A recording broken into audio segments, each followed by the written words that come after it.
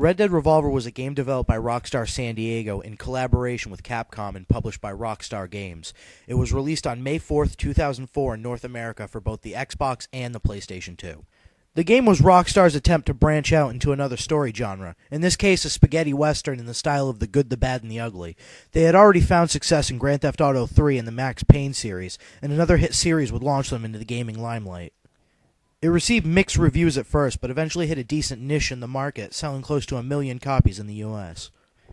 The game follows the story of Red Harlow, son of Nate Harlow, a prospector who had struck it rich at a place called Bear Mountain, where there was enough gold to set him and his partner up for life. And to celebrate, they had 2 revolvers commissioned, each engraved with an iron scorpion in the handle. Nate returned home to his wife and son to tell them the good news, but it wasn't meant to last. Nate Harlow had been betrayed by his business partner Griff to General Diego, leader of the Mexican army during the Mexican-American War. In exchange for letting him live, Griff sells out his partner's half of the claim on Bear Mountain. All Diego had to do was remove Nate from the picture. Diego sent his minion Colonel Darren to kill them. Nate and Red fought bravely, but eventually he and his wife Falling Star were killed. In a rage, Red reaches for his father's pistol, the one that had been made to celebrate their newfound wealth, which is sitting in a fire nearby.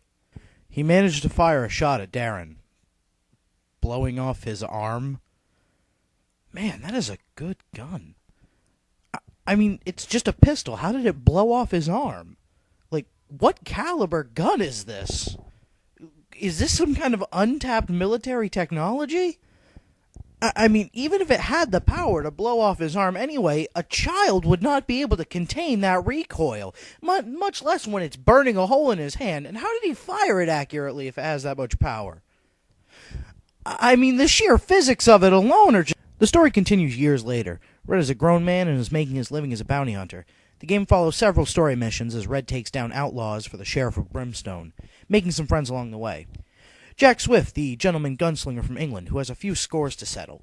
Annie Stokes, a ranch owner in debt who's under attack by people hired to make her sell her farm. Shadow Wolf, Red's Native American cousin and expert with a bow. And Buffalo Soldier, a slave-turned-soldier who is fighting for his freedom. He's my favorite character. He's awesome. He's awesome. He's awesome! The game plays as a third-person shooter with arcade-style mechanics. The majority of the game will see you running and gunning, but the cover system in the game is very effective too. The game also has special moves for every character dubbed Deadeye moves. Every character's Deadeye is different, but they're all very effective. Red's in particular marks targets and fires at them. You might remember that from Red Dead Redemption. Jack Swift tosses out 12 targets and shoots them, emptying out every bullet in both of his revolvers. And my personal favorite, Buffalo Soldier, fires a large explosive round, dealing massive damage. The missions have you traversing a broad area in a varying group of locales, ranging from deserts to plains to forests, and you'll be gunning down henchmen along the way. Most levels end with a boss fight, which may play regularly in-game, or in the always pleasing High Noon type showdown.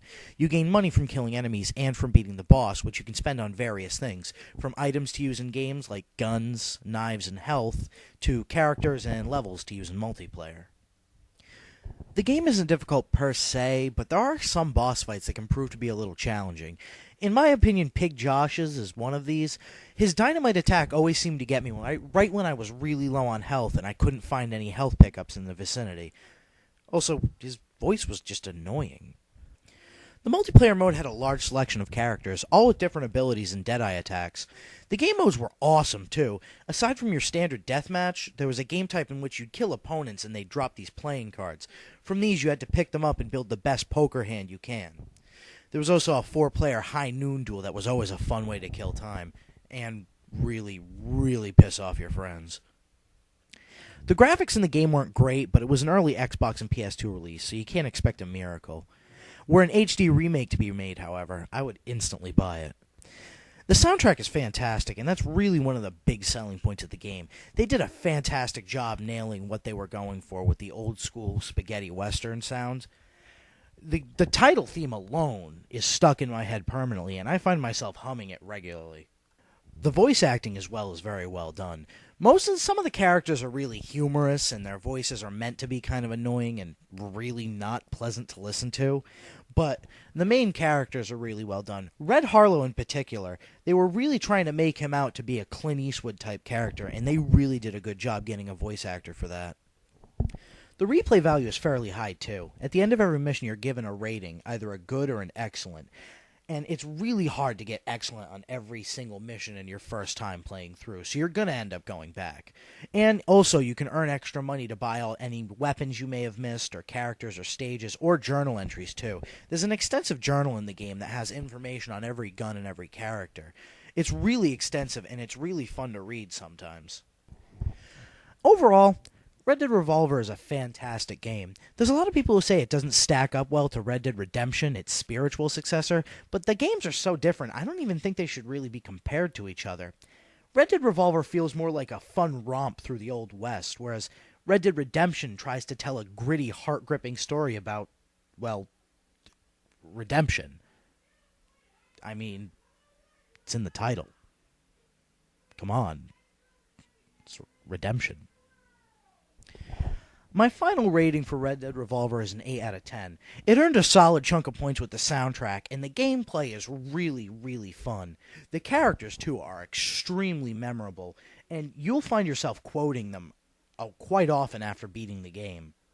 Well, that's it for now. That's my review of Red Dead Revolver. If you liked it, leave a comment below saying so. If you have a game you want me to review, leave a comment below as well. Feel free to subscribe to the channel, and I will see you in the next review.